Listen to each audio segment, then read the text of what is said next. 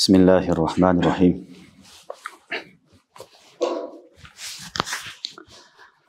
الحمد لله رب العالمين نحمده ونصلي على رسوله الكريم أما بعد.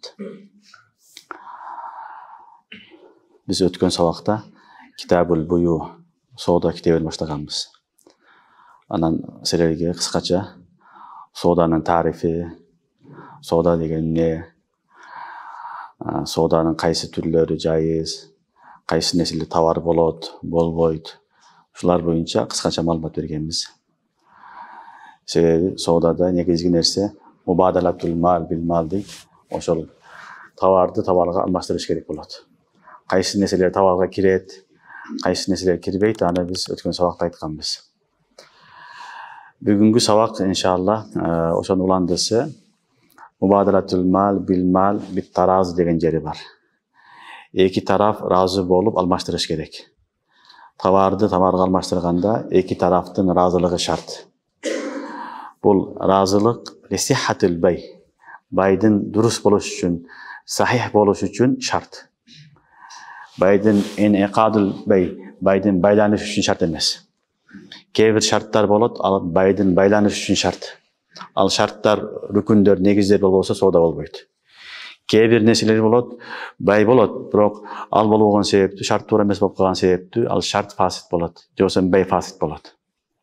Oşun üçün bugünkü sabagыбыз razıçılığı iki taraftın, yani satıuçunun, satıp alıcının razılığı şart. Bu lisihhatil bay, baydın sodanın durus boluş üçün şartların birösü. Eğer de bayağınday razı boloston berip salsa, tartıp alsa zorduk menen, anda soda bolbay kalat. Soda bolbay kalat. Oşun üçün sodada birödün mülkünü satıp alıp atkanda sözsüz türdө oşo satıuçunun jana alуучунун nesi razılığı şart. Uda kalasa bugün inşallah biz sabakta oşol iki taraftın razılığı boyunca okuyubuz inşallah. Eğer de bir adam aytsa, ben sağa mano үйүңдү mağa sat. Satpasaң, men seni öldüröm dese, korkutsa, ürkütse, же bir tartıp alууга korkunçu bolsa, ушинтип эптеп tartıp algan bolsa, bul şariat boyunca bul sodаны soda sahih debeyt. Bay fasit dep aytılат. Sebebi razılık tabılgan jok. Razılık tabılgan jok. Sebebi tigi adam, satуучу adam ne kıldı? Korkkonundan satıp berdi. Tiginin jamandыгынан saktanish üçün satıp berdi. Bu soda emes. Oşun üçün bayda en birinci nerse, eski adıgan nerse, iki taraftın nerse razı boluşluğu şart. Tiginin korkunuçundan korku ürküp satıp bergen bolsa, anda al şart tabılgan sebepti bay bolboy kalat. Jana bizde köp кезде şu mesele mal bazarlarda.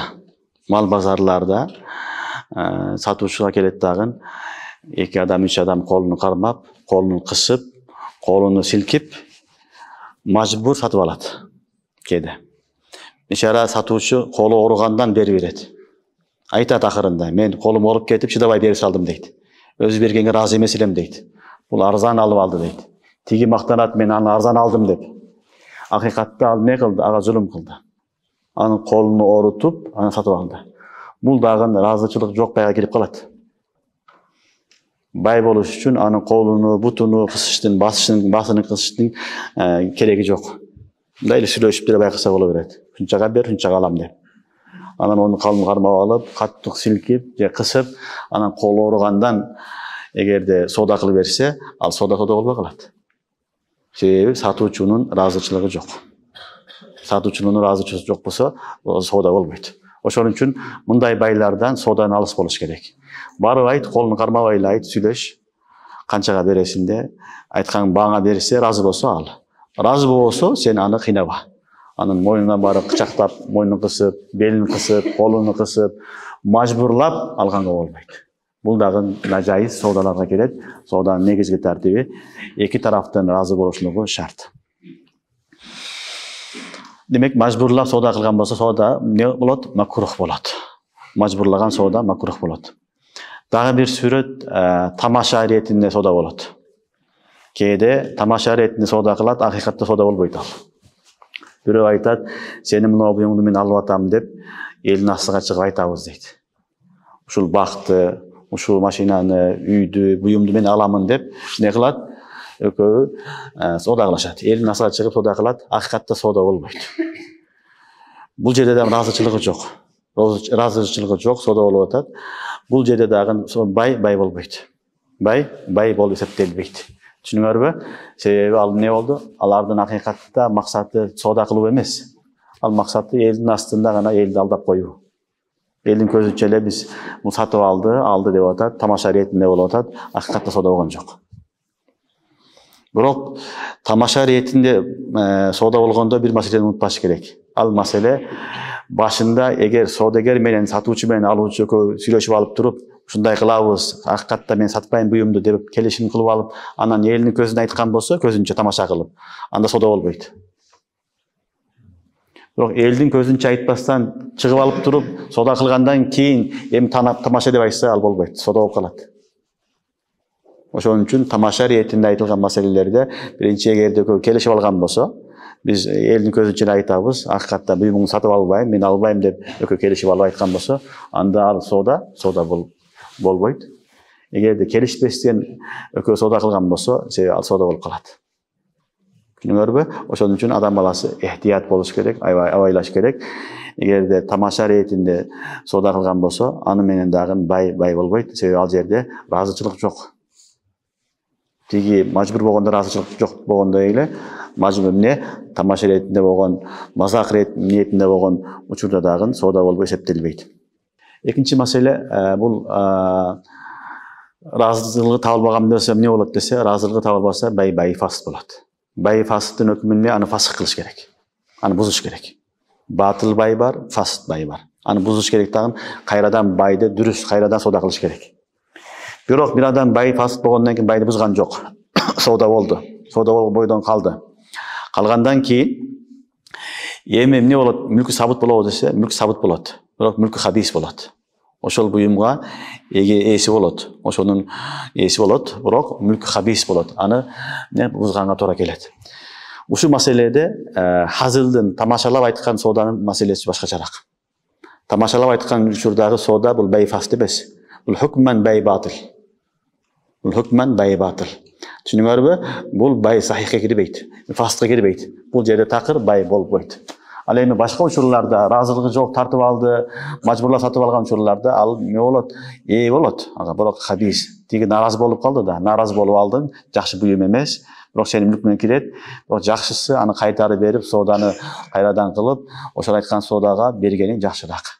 Бирок мүлк калып кетсе, мүлккө ээ болосуң, бирок мүлкүл хабис, сага келген мүлк жакшы жол менен эмес, жаман жол менен келип калган буюм болуп эсептелет. Андан кийинки маселе, бай боюнча дагы бир ахам маселе, буюу соодада негизи маани каралат. Алфаз каралбайт. Лафыз сүйлөгөн сөзүнгө маани берилбейт. Маанага берилет. Болуп аткан иш-чаранын маанасы кандай? Ошого баа берилет. Бул буюуда гана болот. Башка кээ бир келишимдер бар, талак, итак, башка келишимдер, окуттар, аларда алфаз эске алынат, лафыз эске алынат. Бул дагы аябай керектүү маселе, билип алгыла. Буюуда, китабыл буюу, соода китебинде бизне негизинен маани эске алынат, алфаз эске алынбайт. Мисалы, бир адам айтты, мына үйдү сага саттым деди үйдү. Саттым деген жок, белек кылдым деди. $100, $1000 белек кылдым деди. Эми эмне болду десе, уламалар айтат, бул бай болду дейт, соода болду дейт. Түшүнүңөрбү? Бул соода болду. Айткан сөзү, мен муну сага хадия кылдым, белек кылдым деп атат. Сөзгө карабайбыз биз. Биз мааниге карайбыз, болуп аткан иш-чараны карайбыз. Иш-чара бул не болду? Хадия бил айваз болбойт. Хадия бил айваз болгон нерсе бай болот. Түшүнүңөрбү? Хадия бил айваз, хадия берсең белек, экинчи тараптан дагы бирдеке берсе ал хадия бил айваз деп айтылат. Хадия белек бил айваз болсо, ал эмне болот? Ал соода болот. Ошон үчүн сага хадия кылдым, белек кылдым, ушунча акчага десе, аны биз сөзгө карабайбыз. Ал мааниге карайбыз, ал келишимдеме деп келишим кылабыз. Бул соода келишими дейбиз. Эми буга сооданын өкүмү жүрөт. Сен ошол нерсени белек кылдым дедиң, саттың аны. Хадия сөз менен де сатса болот. Эваз алдың, саттың. Ал сенин буюмуң болду. Эми ушул жерде эмне болот? Хадиянын эмес, Эми сооданын өкүмдөрү тура келет. Бүт бардык сооданын өкүмдөрү тура келет. Мисалы, жери саттың, жер сатканды айттың, саткан жоксуң, айттың, жерди мынаны мен сага $1000 хадия кылдым дедим, жерди. Биз айтабыз, сөзгө каралбайт, эмнеге каралат? Мааниге каралат дегенбиз. Маани эске алынат. Ошонун негизинде эмне болду бул? Бай болду, сода болду. Сода болгондон кийин ал мүлк болду. Эми шариатта хакку шуфа деген маселе бар. Хакку шуфа дегени бир адам өзүнүн жерин, үйүн сатса, кошунасы эң биринчи алган акысы бар. Шариат ушул акыны берет. Себеби ал чоңойтукусу келет, баласына үй кылгысы келет. Ошон үчүн шариат айтат, биринчи акысы бар дейт. Хадия кылган учурунда, саткан десек эми жерин, үйүн саттыбы? Эми эмне болот? Хакку шуфа сабыт болот буга. Белек кылдым деп атат. Бирок хакку шуфа сабыт болот. Себеби болгон окуя, болгон маселе эмне болду? Келишим. Бул бай болду, сода болду.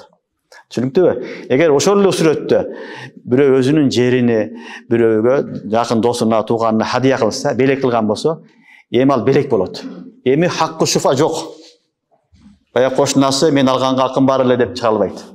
Себеби сода болгон жок, ал эмне болду? Ал хадия болду. Түшүнүңөрбү? Ошон үчүн буюу содада негизги нерсе мааниге каралат. Болуп аткан нерсенин маанасына каралат, ал жердеги сөйлөгөн сөзгө, лафзга каралбайт, алфазга каралбайт. Бул өтө ахам эреже. Түшүнүңөрбү? Мен сага ушунчага белекке бердим десе деле ал эмне болот? Сода болот. Ошол эле сүрөттө карагыла, эми сода болот дедик. Бирөө жерин сатты, $100,000 сатты. Саткандан кийин эмне болду? Сода болду айттык муну биз. Сода болгондон кийин эми туура эмес чыгып калса, буюм, тигини кайтарган акысы бар. Кайтарган акысы бар. Мен алдым эле, бул жериң мага жакпай калды, буюмуң жакпай калды деп кайтарган акысы бар. Бул сода болгондун далили. Түшүнүңөрбү? Ошол эле мусулда сен бирөөгө белек кылып берсең, белек кылып бергенден кийин тиги адам бул белегиң мага жаккан жок, хадияң мага жаккан жок десе, кайтарган акысы жок. Хадия бердиң, иштеге алган жоксуң да. Бердиң, жакса иштет, жакпаса бирөөгө берип кой. Бирок кайтара албайсың аны. Ал эми соодада сатып алган нерсеңди, буюмуңду жакпай калса, кайтарганга акың бар. Айып чыгып калса, айып менен башка себептер менен кайтарганга акың бар. Демек, не болду? Буюуда, китабул бую, соода китебинде негизинен не эске алынат экен? Маани эске алынат, алфаз, айтылган сөздөр эске алынбайт, маанасы байды түшүндүргөн сөздөр менен, бардыгы менен соода боло берет. Белек кылдым, хадия кылдым деп бирөөгө бир деген саткан болсо деле, аны биз эмне дейбиз? Шарият боюнча соода болду деп айтабыз. Буга түшүнүңөрбү? Бул дагы өтө зарыл маселелердин бирөөсү. Дагы бир маселе, соодада акыдайын, баягы сатуучу, алуучунун ыраазылыгы шарт болду. Сөз сүйлөшүлүк эске алынбайт деп атабыз. Сөздүн зарылчылыгы жок, негизги маани болсо болду деп атабыз. Дагы бир мисал буга, кээ бир учурларда эки тараф ыраазы болот, ортодо сүйлөнбөйт. Сатуучу да сүйлөбөйт, алуучу да сүйлөбөйт. Бирок ортодо сода болот. Буну эмне дейбиз шариатта? Байбит таати, бул да жайыз. Мисалы, дүкөнгө кирдиң. Дүкөнгө кирдиң дагы, не кылдың? 1 килограмм un алдың. Ап келип койдуң дагы, сен жазылып турат баасы. Төлөп кеттиң. Төлөп койдуң. Тиги да сүйлөгөн жок, сен да сүйлөгөн жоксуң. Сатуучу айткан жок, мынча баасы деп, сен дагы канча деп сураган жоксуң, бирок сода болду. Сода болду. Бул не? Байбит таати деп айтылат буну. Бул аябай көп бүгүнкү күндө. Бүгүнкү күндө бүт чоң баягы эмелерге кирсең, маркетте ушундай болот. Өзүң көрөсүң дагы баасын, жакшы алып келесиң дагы, төлөп коесуң болду. Эч ким сүйлөбөйт. Ошон үчүн соодада негизги нерсе эки тараптын ыраазылыгы шарт. Сүйлөбөсө деле экөө ошого нерсеге ыраазы боло берсе сода боло берет. Түшүнүңөрбү? И сооданы түшүндүргөн сөздөрдү сүйлөгөн болсо деле сода болуп кете берет. Азыр айттык, хиба, белек, башка сыйгалар менен деле сода боло берет. Ошон үчүн соодада кээде эки тараф ыраазы болот, бирок ортодо сүйлөнбөйт. Эч ким сүйлөбөйт, саттым, алдым дебейт. Бирок эки тараф ыраазы болсо, тиги акчасына ыраазы алган, тиги буюм сатканына ыраазы, сода боло берет. Түшүнүңөрбү? Андан кийинки маселе, бул да жакшы эреже экен. Тафарруку сафака деген маселе бар. Сафака фи сафака, тафарруку сафака деп айтылат. Соодада байы менен муштари, сатуучу, алуучу экөө бир нерсеге келишим кылыш керек. Келишимде бир нерсеге токтош керек. Сатуучу башка наркты айтып атат, алуучу башка нерсени айтып атат, соода болбойт. Соода болбойт. Соода болуш үчүн экөөнүн ниети, экөөнүн максаты тең чыгыш керек, барабар чыгыш керек. Бирөөсү А десе, бирөөсү Б десе, соода болбойт ал. Мисалы, не болду? Сатуучу айтып атат, "Могу китепти мен сага саттым 10 сомго" деп атат. Алуучу айтып атат, 8 сомго алдым дейт. Соода болбойт. Соода болгон жок. Себеби тиги 10 сомго саттым деди, бул 10 сомго алганга даяр эмес. 8 сомго алдым деп атат. 8 сомго тиги сатканга даяр эмес. Ошон үчүн соода болбойт. Эми соода боло турган болсо анын түрү тиги адам айтыш керек, "Макул, мен 8 сомго разымын" десе, соода болот эми. Бул акты жадид болот. Түшүнүңөрбү? Бул не болот? Жаңыдан келишим болот. Акты жадид, жаңыдан келишим болот. Башында айткан соодасы ал рафыз болду, ал жокко чыкты. Себеби ал 10 сом деди эле, тиги көтөргөн жок, алган жок. Аны четки калкыдагын, мейли анда сен 8 сом, сен 8 сом сатамын десе, эми бай болот. Болбосо болбойт. Мына ушуну тафарруку сафака деп айтылат. Келишим бир эле болуш керек. Bir kelişim болуш керек. Экөөнүн, сатуучунун жана алуучунун экөөнүн көздөгөн максаты бирдей чыгыш керек. Бирөөсү А десе, бирөөсү Б десе, соода болбойт, кайра айтабыз. 10 сом десе, бул 8 сом десе болбойт. Илла некен? Тиги тарафтагы мейли мен 8 сомго разымын десе, жайыз. Бул эми бай менен муштардын ортосундагы окуя. Дагы экинчи сүрөтү бай сунуш кылды, экинчи сүрөтү муштари. Сатып алуучу эмне кылып атат? Сунуштап атат. Ушунчага сатып алдым деп атат. 10 сомго сатып алдым деп атат. Тиги айтат байы, сатуучу 10 сомго мен бербеймин деп атат. 15 сомго берем деди. Соода болбойт. Эми сатып алуучу мейли мен 15 сомго алганга даярмын десе, эми соода болот. Анда акты жадид болот. Жаңыдан келишим болот. Жаңыдан келишимдин негизинде бул соода болуп эсептелет. Түшүнүңөрбү? Ошон үчүн тафарруку сафака фи сафака дегенин бир келишимдин ичинде экинчи келишим болбош керек. Же болсо бир келишимди бузбай туруп, экинчи келишим башта бербеш керек. Анда бай болбой калат. Мисалы, кээ бир учурларда 3-сүрөтү бар. Эки нерсени чогуу сатат. Эки нерсени чогуу сатат. Айтат, "Мынабу китеп, мынабу калем экөөбү 10 сом" дейт. 10 сом дейт. Сен айтып атасың, "Мен экөөнү эмес, бирөөнү аламын" дейсиң. Бирөөнү алам дейсиң. Бирөөнү алам дегенде сен бирөөнү 5 сомго алам дедиң. 5 сомго алам дедиң. Бай болбойт. Түшүнүңөрбү? Себеби не болду? Маби мажхул болуп калды. Сатылуучу товар мажхул болуп калды. Себеби экөөнү 10 сом деген менен экөөнүн баасы бирдей эмес. Бул да 5 сом, бул да 5 сом деген жери жок ал. Мүмкүн бул 8 сом, тиги сен алган нерсе 2 сом болушу мүмкүн. 3 сом болушу мүмкүн. Маби мажхул болуп калды. Ошон үчүн бай болбойт. Ошол эле сүрөттө айткан болсо, мына экөөнү сатам, ар бири 5 сомдон 10 сом десе, эми мен не кыламын? Бирөөсүн алам десе, анда дурус. Ар бир товарды өзүнчө баасын айтты ал. Ошого сен разы болдун. Эми китеп менен калем деди, китепти алдым, 5 сомго алып кете бер, сеники. Себеби бунун баасы чечилди, 5 сом экени. Тигиники дагы 5 сом экени чечилди. Ал эми дөң соода кылганда баардыгын жалпы айткан болсо, эми аны эмне кылганга болбойт? Ажыратуу мүмкүн болбосо, макил, маузун болбосо, анда бай болбойт. Албетте, макил, маузун болсо бай боло берет. Макил, маузун билесиңерби? Вазынга таразага коюлган нерселер болсо, буюмдар болсо, анда боло берет. Түшүнүңөр, мисалы будай сатты, будайды айтты, мына ушул 100 килограмм 10 сом деди. 1000 сом деди мисалы. Айттың 5 сомго алам десең, анда жарымыны бөлүп берсе болот аны. 50 килограммды бөлүп берсе болот. Ал макил, маузун аны бөлүшсө мүмкүн. Аны ажзасы болот, аны бөлүп коюш мүмкүн.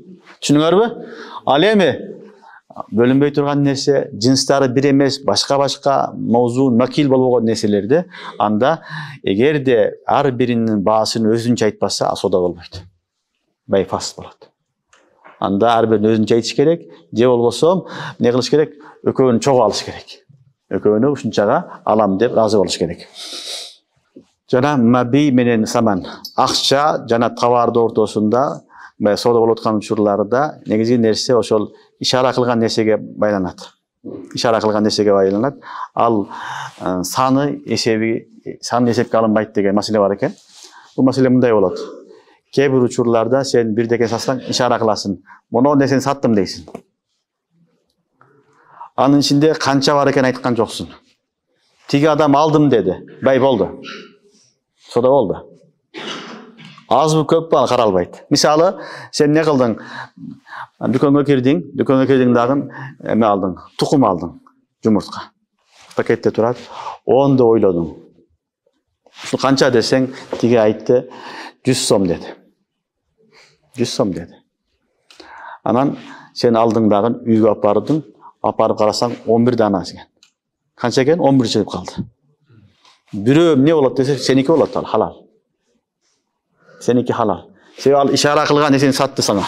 Ушуну сага 100 сом саттым деди. Түшүнүңөрбү? Ал сеники болот. Сен аны жей бересиң. Ал байынеки эмес, муштариники. Ошол эле учурда 9 чыгып калды. 10 деп күмөн кылып алгансың. Алып бардың үйгө апарсаң канча чыгып калды? 9 чыгып калды. Эми 9 чыгып калды деп, мага бир жумуртканын тукумун акчасын бер деп бара албайсың. Себеби ал эмне болду? Бай ошо нерсеге болду. Ошо турган пакеттеги немеге болду? Жумурткага болду. Ошо менен калат эми ал. Түшүнүңөрбү? Бир маселе бул. Экинчи маселе, ушул эле сүрөттө айтты, мына жерде 10 жумуртка бар, тукум бар, ар бири 10 сомдон деди. Ар бири 10 сомдон деп айтты. Эми бунун маселеси башка. Эми сен алдың 10 деп эсептеп алдың, өзүң үйгө барып эсептесең 12 чыгып калды, 11 чыгып калды. Эми чыгып калган артыкча кимдики? Байыники. Акчасын берген жоксуң сен. Сен апарып айтасың, мен 10 алышым керек эди, 12 бар экен, 11 экен, мына экөө сиздики деп кайтарып бересиң. Түшүнүңөрбү?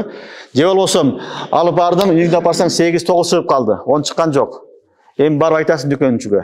Мен алганда 9 чыгып калды, 8 чыгып калды, 2 жумуртка жетпей калды, мага кайтарып бер дейсиң. Түшүнүңөрбү? Байдагы маселе, эгерде бир нерсени ишара кылып, мына нерсе деп алынган болсо, ичиндеги ар биринин баасы айтылбаган болсо, анда ошолго бай болот, болду. Анын ичиндеги сан эске алынбайт. Көп чыгабы, аз чыгабы, ал сатып алуучу ошо ыраазы болду, ошону колуп кала берет. Ал эми баягы товарды ар бири мынча деп айткан болсо, бөлүп, анда эсептейсиң. Эсептеп, кем чыкса барып кайтарып аласың. Көбөйүп калса, көп чыкса кайтарып бересиң. Тиги байынын немеси ал мүлк. Түшүнүңөрбү? Бул дагы көп кездешет, ошон үчүн сооданы каралат. Соода кандай болду? Ошого жараша өкүмү чыгат. Андан кийинки маселе, соода мутлак болот, муаккат болбойт. Вактылуу соода болбойт. Мына нерсени сага мен 1 айга саттым, 10 жылга саттым, 2 жылга саттым дейсиң, соода болбойт. Саттыңбы? Саткандан кийин ал мутлак болот, ошонун мүлкү болот. Соодада вакыт жок. Муаккат соода деген жок, вактылуу соода жок. Түшүнүңөрбү? Ошон үчүн соода, мунаны буюн мен 10 жылга саттым деген соода болбойт. Албетте уламалар айтат, бир сүрөтү бар. Адам өмүрү анчалык жашаш мүмкүн болбогон, өтө узун мөөнөт койгон болсо, анда соода боло берет. Мисалы айтты, мына нерсени китепти сага 200 жылга саттым деди. Адатта 200 жылга чейин эч ким жашабайт. Туурабы? Бул деген сөзү биз эмне деп түшүнөбүз? Түбөлүккө сат деп түшүнөбүз. Анда эске алынбайт дагы, бул түбөлүк ошондук болуп калды деген маселе чыгат дагы, бай боло берет. Бирок 10 күнгө, 1 айга, 1 жылга, 10 жылга, 15 жылга саттым, кийин кайтарып алам десе, соода болбойт. Бай болбойт. Байда мутлак болуш керек. Вакыт белгиленбеш керек. Вакыт белгиленген соода ал соода эмес. Түшүнүңөрбү? Ошон үчүн байдын дагы бир эрежеси мутлак болуш керек. Ага вакыт белгиленген болбойт. Илла кээ бир сүрөттөрү вакыт канча болсо, өтө узун мөөнөт, анын учурда адам баласы жашашы мүмкүн эмес. Анда ал байды түбөлүк бай деп түшүнөбүз дагы, бай дурус боло берет. Андан кийин дагы бир маселе бар, бай бил вафа деп коет. Бай бил вафа бул азыркы күндө бизде дагы көп колдонот. Элдер немени байды кылышат, сооданы. Мында билип алгыла, бай бил вафа дегени бир буюм сатат. Сатып айтат, кайра өзүм алам ушуну дейт. Түшүнүңөрбү? Мисалы көбүнчө машина саткандар айтат, "Но машинаны сага саттым" дейт. Сага саттым мынаны дейт, 500 миңге, 1 миллионго саттым дейт. Анан өзүмдө акча болгондо кайра кайтарып алам дейт. Азыр акча жок, сатып атам. Бул машина мага жагат, башка болот. Кайра акча болгондо эмне кылам? Кайтарып алам дейт. Мына ушундай сооданы бай бил вафа дейт. Түшүнүңөрбү? Бай бил вафа дейт. Бул дагы нажайыз. Бул нажайыз азыркы эреженин негизинде. Себеби вактылуу бай болбойт. Вақтылуу бай болбойт. Түшүнүңөрбү? Буну имам Шами рахматуллахи алейх Фатава Шамиде түшүндүрөт. Бул негизи тиги сатуучуга эмне керек болот? Карыз керек болот. 500 миң карыз керек иншалла. Карыз жөн бербейт бирөө. Анан берген адам карыздын үстүгө акча эмне кылат? Алгысы керек болот. Ана ошол учурда ойлоп чыккан хыйла болот бул. Негизи бул рахым болот. Бул акча эле керек болуп атат, акчанын ордуна эмне кылып атат? Машинаны рахын күрөөгө коюп атат. Коюлган күрөөдөн пайдаланууга болбойт. Залогдон пайдаланууга болбойт. Түшүнүктүүбү? Ошон үчүн бул нажайыз соодага кирет. Ошон үчүн бай бил вафа, мынауңду мага бериптир, сатып алам, сатам, сага кайра сатып алам мен өзүм деген шарт менен болсо, ал бай болбойт. Себеби вактылуу бай деген жок. Кайра кайтып сатып алуу деген бай болбойт. Албетте, сен саттың, саткандан кийин кайра алам деген шарт койгон жоксуң. 1-2 жыл өттү, базарга барсаң ошо машинең турат. Сага жагат эле ошо машинең, чыгып калыптыр базарга, тиги адам сатып атыптыр. Мурда шартташкан эмессиң, ваада кылган эмессиң. Кайтарып алса болобу, десе болот эми. Ал башка маселе. Түшүнүңөр, бул бай бил вафа эмес. Бай бил вафа келишимдин башында эле айтылат. Келишимдин башында эле мен сага сатып атам, бирок муну кайра өзүм алам деп айтат. Бул нажайыз. Түшүнүңөрбү? Мындай соода болбойт. Себеби муаккат соодага кирет. Муаккат сооданын шариатта неси жок, орду жок, шариат уруксат берилбейт. Бул акыйкатта соода маселе рахын. Yani залог коюп, ошол залогдон пайдалануу болуп калат. Ошон үчүн уламалар буну тыюу салышкан. Түшүнүңөрбү? Демек, эмне болду? Соода мутлак болот. Ал түбөлүккө болот. Алдың сенин буюмуң ал. Каласаң жейсиң, каласаң жейсиң, кийесиң, сатасың, эмне кылсаң кыласың. Ал вактылуу болбойт. Вактылуу буюмду берип сатып алуу, кайра алуу деген жок. Вактылуу берилген нерселер болот. Бирөөгө бересиң, пайдаланып кайра алган. Аны ижара дейт. Ал өзүнчө керет. Ижарада ошол манфааттан пайда көрөсүң.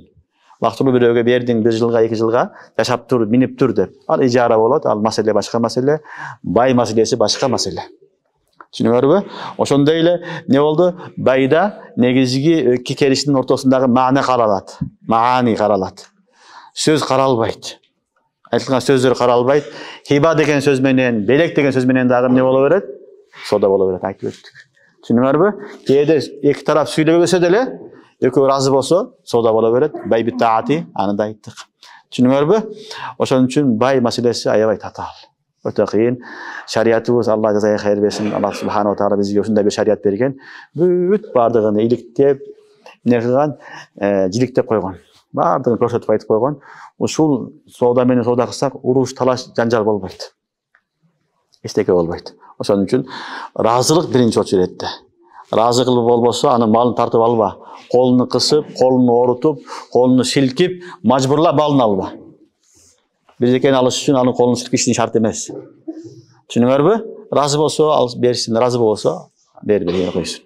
Ошон үчүн шариатта негизги нерсе бир товарды экинчи товарга алмаштырганда сөзсүз түрдө эмне шарт экен? Эки тараптын ыраазылыгы шарт.